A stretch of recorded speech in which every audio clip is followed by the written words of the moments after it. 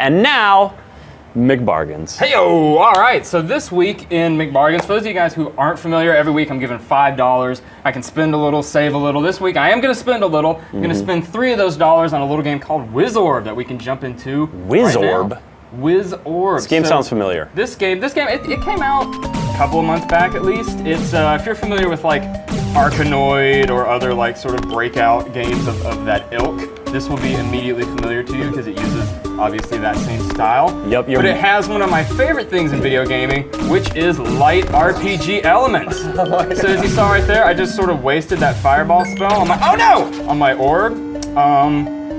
Teleport spell. So yeah, you have all sorts of, get my trajectory right here. Take some intense concentration. You have 4 different types of spells. You've got offensive spells with the fireballs, or you can set the orb on fire, time it, there we go, just right Oh, when it nice. hits your paddle, yeah. And it will just, it'll just plow through Wow, that whatever it wreaks comes some into havoc. contact with. Now on the more sort of utility side, oh goodness, this is so hard to do and talk at the same time. How do you open the treasure chest to the far left? You run into it. You hit it. How do you do anything in a game like this? With your orb. Because I thought you tapped it, maybe I'm wrong.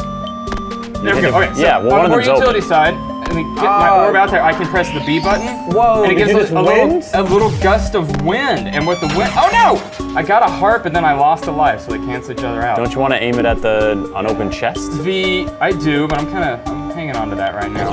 The okay. wind will move the ball towards your paddle. So you can sort of use it to help That's guide probably it not around a the good screen, get those last few blocks that you need to finish the level.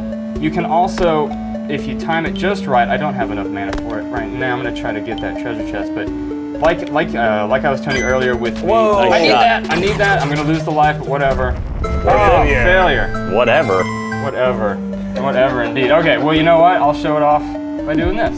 Launch it, catch the ball, there we go, and it gives a little fairy rings. You can move it around. It turned it into a snitch. And put it wherever you need it.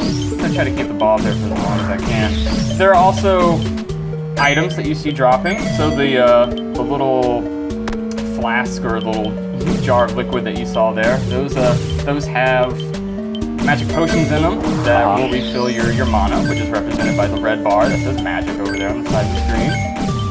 The coins and the gems that I'm picking up give you additional gold, which I can show you what gold's used for later on if you make it out of this level, or if we go back to the hub town. You can buy items, extra lives, extra magic. There's one item that I haven't gotten yet, but it makes your ball split into 3 balls to help cover more ground, which is always helpful. Plow through that. And the hearts, I think I already mentioned that, they give you extra lives.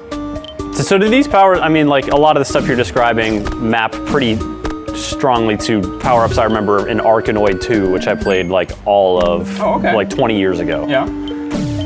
So it'll be familiar there, but you have a character and you're like leveling up. Yeah, so stuff. you don't level up per se, but you do have an avatar. There is a world map. That's your avatar that you go back to? Yeah, the rosy-nosed wizard the fellow? drunken wizard that you pointed out to me earlier is your avatar. I'm gonna spin a few fireballs to get that guy. See if we can make it out of this level, and then I'll hop back out to the world map. This is always the hardest part. I know. The very end when you gotta get the last block. Oh my god. You can do it, Maxwell. There we go. All right. And get the coin. Get the coin. That'll take us out of there. Some levels, you see they're like boarded up doors in the back. Some stages have like switches that you have to flip that'll open up those doors and take you to item shops and item vendors. Like I said, you can buy additional supplies. Let's go ahead and hop out here. Unfortunately, you see I have 700 money right now. You need money to help these poor villagers, but when you back out, you lose all the money that you've gained while going through that stage. So like I said, there are five worlds. This is one of them right here. Okay. Each world is divided into 12 stages, which is sort of just like a gauntlet that you have to go through. I think your character has like 3 lives total. So it's definitely challenging, or at least for me, because apparently I have the hand-eye coordination of like a sack of bricks. So which has neither hands nor eyes. I know, so and that's like double that. I think you might be selling yourself short here, McBargains. So what's happened in this village, you arrive and there's a terrible monster attack, because by golly, monsters love destroying villages. You talk to a Mayor McCheese over here and he tells you that you need to help the villagers rebuild all of their broken buildings and shops. Like I think this guy, once you help him out, like forking over all your money, as you see my money's dropped back down to 200, so I no longer have enough to help him. He'll build an item shop where you can buy extra equipment to take into levels.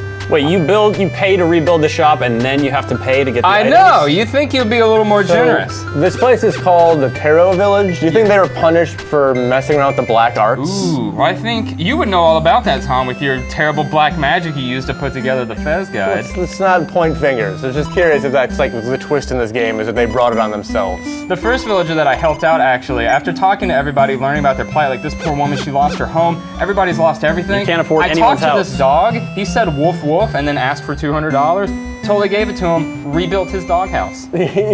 Just so you know, got my priorities in order. Way to prioritize the needs of the beasts. But yeah, this game, so you can pick up Wizorb from a lot of different vendors now. It's out, I picked it up through Xbox Live Indie Games for, I think it's 240 points, which is like $3. You can also pick it up $2.99. It's like out on Steam. It's out on Desera, Gamersgate. So Cool. a lot of places to pick it up. I mean, it seems like my thanks, notes here, I Maxwell. think I covered everything I wanted to say. Developed by Tribute Games. So thank you, Tribute. Oh, Cynthia is flagging us down. Or is there multiplayer? Is there Yes, no, multiplayer? maybe? No Boo. multiplayer that I know of. No multiple players. But still a lot of fun and very challenging.